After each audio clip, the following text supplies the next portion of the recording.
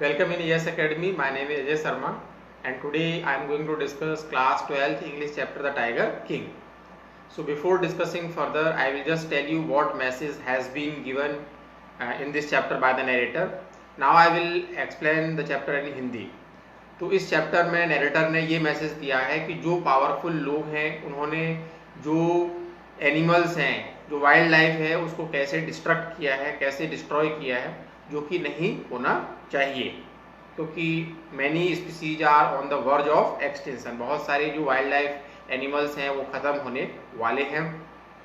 तो इस चैप्टर के माध्यम से नरेटर ने ये मैसेज दिया गया है कि हमें वाइल्ड लाइफ को प्रोटेक्ट करना चाहिए और किसी एक व्यक्ति की सनक से हम किसी वाइल्ड लाइफ को खतरे में नहीं डाल सकते हैं, क्योंकि बहुत सारे जो जानवर हैं जैसे टाइगर है, लॉयन है, एकदम ख़त्म होने की कगार पर हैं।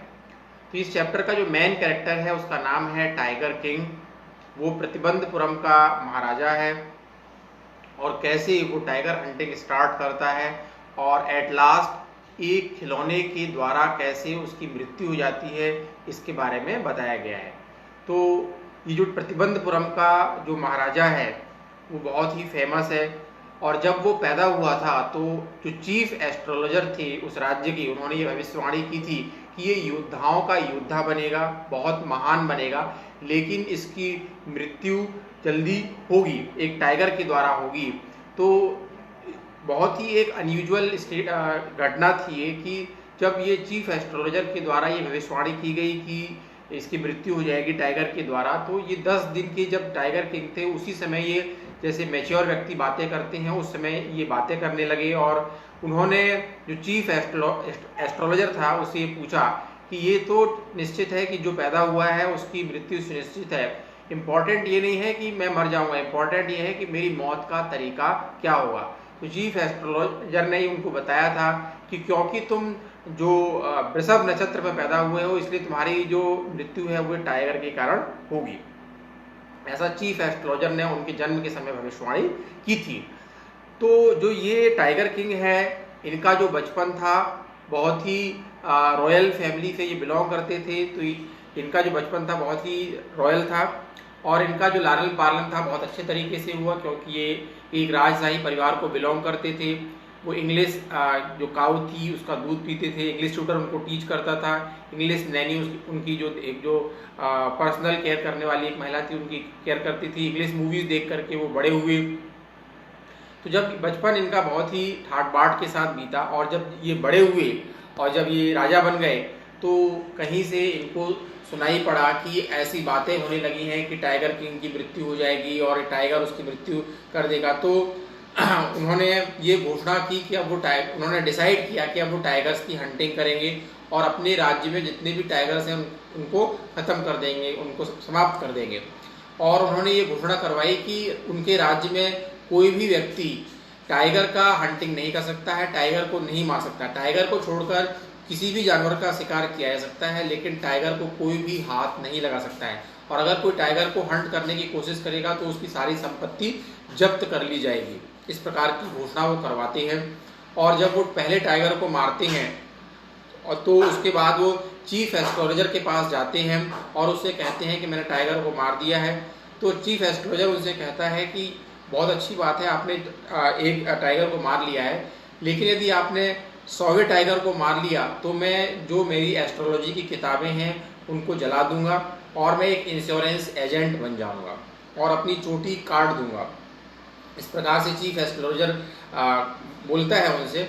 और अब जो टाइगर किंग था उनका मेन काम यही था, उन्होंने राज्य के सारे कार्य बंद कर दिए थे और टाइगर हंटिंग उन्होंने स्टार्ट कर दी थी। और कभी कभी जब वो टाइगर पर फायर करते थे और टाइगर उन पर अटैक कर देता था तो वो अपने हाथों से ही टाइगर को लड़ करके उसको मार देते थे, इतने वो पावरफुल थे। तो इस प्रकार से लगभग उन्होंने 70 टाइगर्स को किल कर दिया था। एक बार जब उनके राज्य में एक बहुत बड़ा ब्रिटिश अधिकारी आता है और वो टाइगर का शिकार करना चाहता है तो वो डर जाते हैं और किसी प्रकार से उससे बचना चाहते हैं। तो वो उसकी वाइफ के लिए 50 अंगूठियां भिजवाते हैं और वो सोचते हैं कि जो ब्रिटिश अधिकारी है उसकी जो वाइफ है वो 2-3 अंगूठी उनसे रख लेगी, लेकिन वो बहुत लालची किस्म की औरत होती है और वो सारी ही अंगूठी रख लेती है। इस प्रकार से राजा को 3-4 लाख रुपए का नुकसान हो जाता है। लेकिन राजा ये सोचता है कि 3-4 लाख रुपए देकर के यदि राज्य बचता है तो ये कोई बहुत बड़ी बात नहीं है।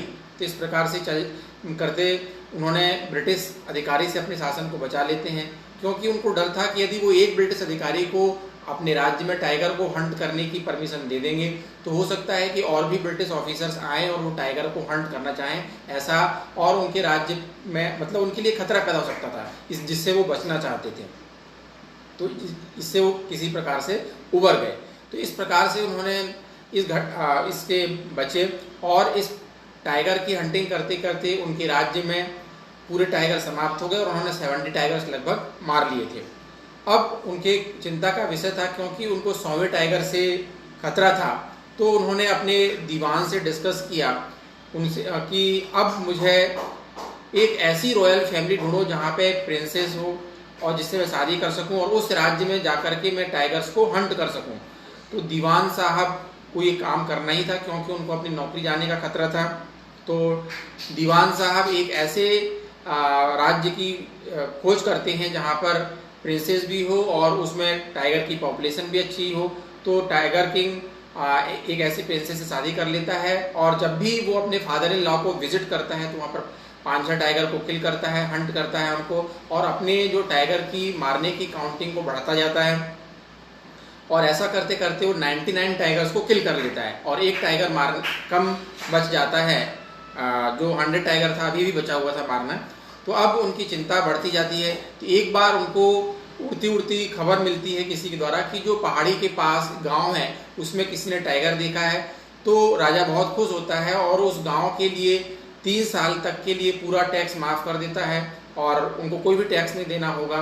लेकिन जब वो टाइगर नहीं मिलता है तो जो टाइगर किंग है उसको बहुत ही गुस्सा आता है और वो दोबारा से डबल टैक्स कर देता है। अब टाइगर किंग, क्योंकि उसको 100वें टाइगर से खतरा था और 100वें टाइगर को उसको मारना है, तो वो दीवान को आज्ञा देता है कि कहीं से उसके लिए जो 100वें टाइगर की अरेंजमेंट किया जाए और वो जंगल में जाता है शिकार करने के लिए राजा, लेकिन उसको 100 टाइगर नहीं मिलता होता है। तो किसी प्रकार दीवान को अपनी जॉब जाने का खतरा रहता है, क्योंकि वो प्रतिबंधपुरम के महाराजा के गुस्से से परिचित था।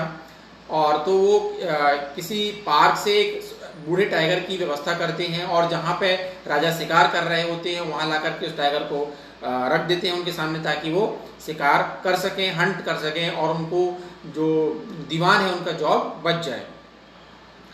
जब प्रतिबंधपुरम के महाराज उस टाइगर को देखते हैं, बूढ़े टाइगर को देखते हैं, तो उसके ऊपर फायर करते हैं और क्योंकि वो बूढ़ा शेर था, बहुत कमजोर शेर था, तो वो बुलेट लगने से न मर करके बेहोश हो जाता है गोली की आवाज़ सुन करके। और टाइगर किंग बहुत खुश हो जाता है और घोषणा करता है कि इसका जुलूस निकाला जाए और इसकी एक समाधि बनाई जाए, ताकि ये डिक्लेयर हो जाए कि वो 100 टाइगर्स का शिकार कर चुके हैं। लेकिन जब जो उनके शिकारी साथ में थे टाइगर के, वो देखते हैं कि शेर नहीं मरा है, तो वो डिसाइड करते हैं कि अगर राजा को पता चल गया कि वो टाइगर को नहीं मार पाए हैं तो उनके लिए प्रॉब्लम हो सकती है, तो वो उस टाइगर को खुद ही मार देते हैं। और इस प्रकार जो टाइगर किंग था, जो निश्चिंत हो गया था कि मैंने 100वें टाइगर का शिकार कर लिया है, अब मुझे टाइगर से कोई भी खतरा नहीं है, तो वो क्योंकि उसने अपने राज्य के सारे कार्य छोड़ करके टाइगर हंटिंग पर ही फोकस किया था, अब वो अपनी फैमिली की तरफ, अपने राज्य के कार्यों की तरफ सोचने लगता है। अभी उसके बच्चे का, लड़के का 3रा बर्थडे होता है और वो ये चाहता है कि अपने लड़के को कोई बहुत अच्छा सा गिफ्ट दे। तो उसके लिए वो खुद जाता है मार्केट में और बहुत चीज़ों को ढूंढता है, क्योंकि उसके बच्चे का 3rd बर्थडे था जिसके लिए बहुत अच्छा गिफ्ट करना चाहता है। बहुत ढूंढने के बाद एक दुकान पर उसको लकड़ी का एक खिलौना मिलता है जो कि एक शेर होता है, लेकिन उसकी जो बनावट थी बहुत अच्छी नहीं थी, फिनिशिंग नहीं थी, उसमें से कुछ लकड़ियाँ बाहर निकल रही थी। और जब वो अपने बच्चे के साथ खेल रहा था तो उसमें से निकलती हुई एक लकड़ी फांस राजा के हाथ में घुस जाती है और इन्फेक्शन, और क्यों उस फांस को राजा उस समय तो निकाल देता है, लेकिन उसका इन्फेक्शन उनके हाथ में और फिर पूरे शरीर में फैल जाता है। मद्रास से स्पेशलिस्ट डॉक्टरों की टीम उनको ऑपरेट करती है, लेकिन लास्ट में टाइगर किंग मर जाता है। तो जो टाइगर किंग था उसकी मृत्यु का कारण एक लास्ट टाइगर ही बनता है, भले ही वो एक खिलौना था। तो जो भविष्यवाणी चीफ एस्ट्रोलॉजर ने की थी वो सच हो जाती है और टाइगर किंग की जो मृत्यु है वो एक टाइगर के द्वारा ही होती है।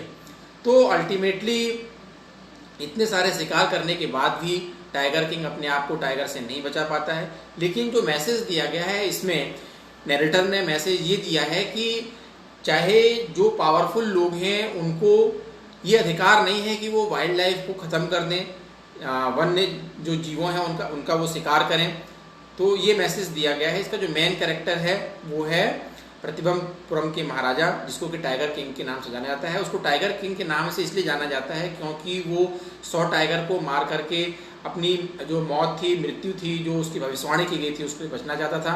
आई होप कि आप लोगों को समझ में आ गया होगा। Please subscribe, like and comment my channel so that you could get further upgradation and further videos. Please like, subscribe AS Academy for getting further videos on the subject. Thank you all.